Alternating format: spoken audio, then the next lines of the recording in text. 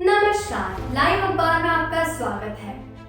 31 जुलाई का दिन देश के स्वतंत्रता संग्राम में काफी अहम महत्व रखता है। दरअसल दक्षिण अफ्रीका से अपनी पढ़ाई पूरी करने के बाद महात्मा गांधी ने गुजरात के अहमदाबाद में साबरमती नदी के किनारे अपना आश्रम बनाया और यहाँ जीवन के अहम पहलू जैसे खेती, पशुपालन, खादी इत्यादि प्रयोग किए। यहीं से महात्मा गांधी ने देश के स्वतंत्रता संग्राम का ताना बाना बुनना शुरू किया। गांधी जी ने कई आंदोलनों का नेतृत्व किया और साबरमती आश्रम, सत्याग्रह, दांडी मार्च जैसे आंदोलनों का साक्षी भी रहा। हालांकि गांधी जी ने 31 जुलाई 1933 को साबरमती आश्रम छोड़ दिया, लेकिन उनकी यादों को आज भी यहाँ पर सहेज कर रखा गया है। इसकी स्थापना सन 1917 में अहमदाबाद में हुई। सत्याग्रह आश्रम की स्थापना के कुछ समय पश्चात इसका नाम बदलकर साबरमती रख दिया गया। साबरमती आश्रम के एक तरफ सेंट्रल जेल है और दूसरी तरफ शमशान है। इसके बावजूद यहाँ की शांति को देखकर कोई भी आश्चर्य में आ सकता है। इसी आश्रम में महात्मा गांधी ने अपनी पत्नी के साथ 12 वर्ष साथ में व्यतीत किए थे।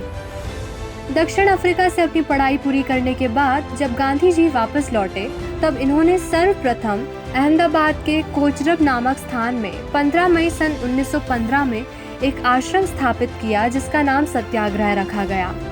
लेकिन 2 वर्ष के पश्चात इस आश्रम को स्थानांतरित करना पड़ा, क्योंकि गांधी जी चाहते थे कि यहाँ खेती, पशुपालन, खादी जैसे काम हो, लेकिन जगह कम होने के कारण इस आश्रम को साबरमती नदी के किनारे स्थानांतरित कर दिया गया। महात्मा गांधी जी ने इसी आश्रम में रहकर 1930 में स्वतंत्रता संग्राम की लड़ाई लड़ी और यहीं से दांडी मार्च भी किया था और दांडी पहुंचकर नमक कानून भी तोड़ा था। जब ये आश्रम प्रारंभ हुआ तो यहाँ ठीक से रहने की जगह भी नहीं थी और यहाँ रहने वालों की संख्या 40 थी, लेकिन धीरे धीरे सब बदल गया और साबरमती आश्रम बड़ा हो गया और लोगों को रहने में भी कोई दिक्कत नहीं आ रही थी।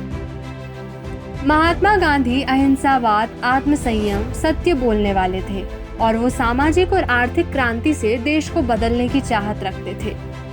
गांधी जी ने वहाँ के लोगों में एकता उत्पन्न करके वह खादी, चरखा और ग्रामीण काम से आर्थिक स्थिति सुधारने की कोशिश की और अहिंसा के द्वारा ही देश को स्वतंत्रता दिलाने की कोशिश की, जिसके कारण उसमें इनको सफलता भी मिली।